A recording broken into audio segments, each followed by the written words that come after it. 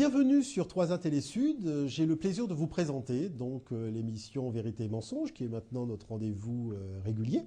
Alors, comme vous le savez, Vérité et Mensonge est une émission de culture, une émission d'histoire, une émission qui nous permet en fait de redécouvrir le passé de l'Afrique. Alors, quand je dis le passé de l'Afrique, c'est la période préhistorique, c'est aussi la période antique, avec notamment les civilisations nubiennes et égyptiennes, et puis l'Afrique impériale. Alors, moi, je préfère le terme d'Afrique impériale, parce que l'Afrique précoloniale, c'est un peu réducteur, alors que cette période de notre histoire est aussi la période des grands empires. Hein. Il faut quand même se référer aux récits des explorateurs qui sont rentrés à l'intérieur du pays, qui ont pénétré, qui ont pu voir donc, ces grandes civilisations. Donc c'est vraiment l'Afrique impériale. Alors aujourd'hui, nous avons l'opportunité de revisiter une page de l'histoire africaine, et puis de l'histoire aussi de l'humanité, qui est donc cette page de l'histoire antique, donc de la civilisation égyptienne, avec notamment la problématique de la traduction du terme Kémet.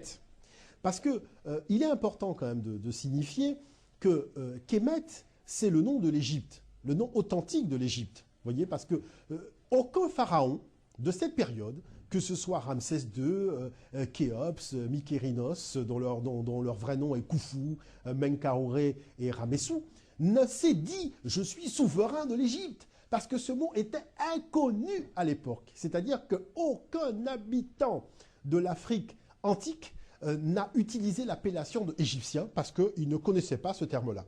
Alors, pour désigner leur pays, ils utilisaient le terme donc Taméri, qui est le pays bien-aimé, Tadjézer, qui est le pays sacré, Taroui, pour l'union des deux terres, et puis naturellement donc le terme Kémet que nous allons étudier. Alors, d'où vient en fait ce mot d'Égypte? D'où vient cette appellation? Alors il faut savoir que c'est un mot en fait qui a une origine extra-africaine.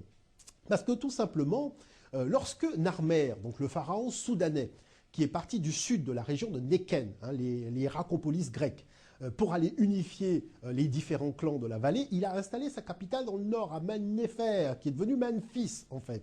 Voyez, et à Memphis, le temple de Dieu, parce que c'était déjà la religion monothéiste, il faut le savoir, c'était Ukapta, hein, le temple de l'âme de Dieu, le temple de l'âme de Ptah. Et naturellement, donc cette appellation, parce que les Grecs arrivent à partir de la lignée des pharaons, notamment Amasis, à partir d'Amasis, et là, nous sommes au 8e siècle avant d'entrer, et là, véritablement, ils vont reprendre ce terme-là en essayant de comprendre ce que les habitants disent, et ça va venir de Ukapta va donner Ekryptos, qui va donner finalement après un transfuge de cette appellation dans la langue latine, le mot Égypte que nous avons aujourd'hui. Donc on s'aperçoit finalement que le mot Égypte ne désigne pas l'intégralité du territoire, mais seulement la portion où habitaient véritablement les Grecs, puisqu'on sait qu'avec Alexandre le Grand, ils vont fonder véritablement la ville d'Alexandrie. Alors, chose importante, il faut savoir qu'aujourd'hui, vous prenez n'importe quel ouvrage consacré à l'histoire de l'Égypte ancienne, et vous voyez que la traduction de Kémet est The Black Land pour les ouvrages anglo-saxons, et la terre noire pour les ouvrages francophones. Alors pourquoi s'est-on focalisé comme ça sur une référence à la terre? Ah ben, l'explication qui est donnée, c'est de dire que tout simplement, Hérodote a insisté sur le fait qu'en raison de la crue du Nil, il y avait un dépôt de terre noire, qu'on appelle les alluvions, qui allait naturellement donc recouvrir l'intégralité du sol, et le sol prenait une couleur noire. Et Hérodote aurait dit, je dis bien aurait dit, que l'Égypte est un don du Nil. Voilà l'explication qui est donnée. Bon, naturellement, on a tous compris qu'il s'agit quelque part un peu de masquer l'origine africaine des Égyptiens anciens et de créer une dualité entre l'Égypte et la Nubie, en dépit des déclarations des Grecs et en dépit même, je dirais, de la signification des hiéroglyphes. Bon. Mais maintenant, il faut quand même se livrer à un examen vraiment scientifique des faits.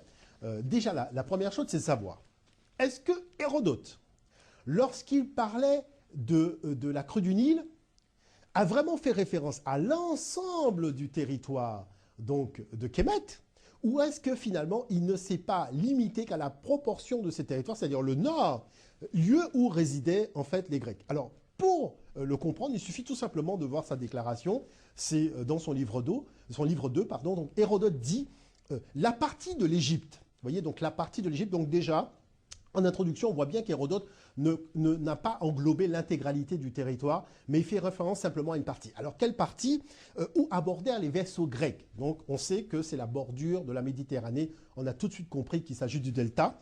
Est une terre d'alluvion, un don du fleuve. Vous voyez, en fait, c'est extraordinaire. Alors déjà, il y a une première mystification. C'est-à-dire qu'on s'aperçoit que Hérodote a dit que le delta est un don du fleuve. Mais il n'a pas dit que le Nil l'Égypte est un don du Nil. Donc là, il y a quelque part des petits arrangements entre amis qui sont réalisés parce qu'il ne s'agit pas réellement de la déclaration d'Hérodote qui poursuit en disant « Autrefois, les Égyptiens n'avaient point de pays. On sait en effet que leur delta, ils le disent eux-mêmes, et c'est mon sentiment, vous voyez, donc c'est Hérodote qui parle, et c'est mon sentiment, était une terre d'alluvion.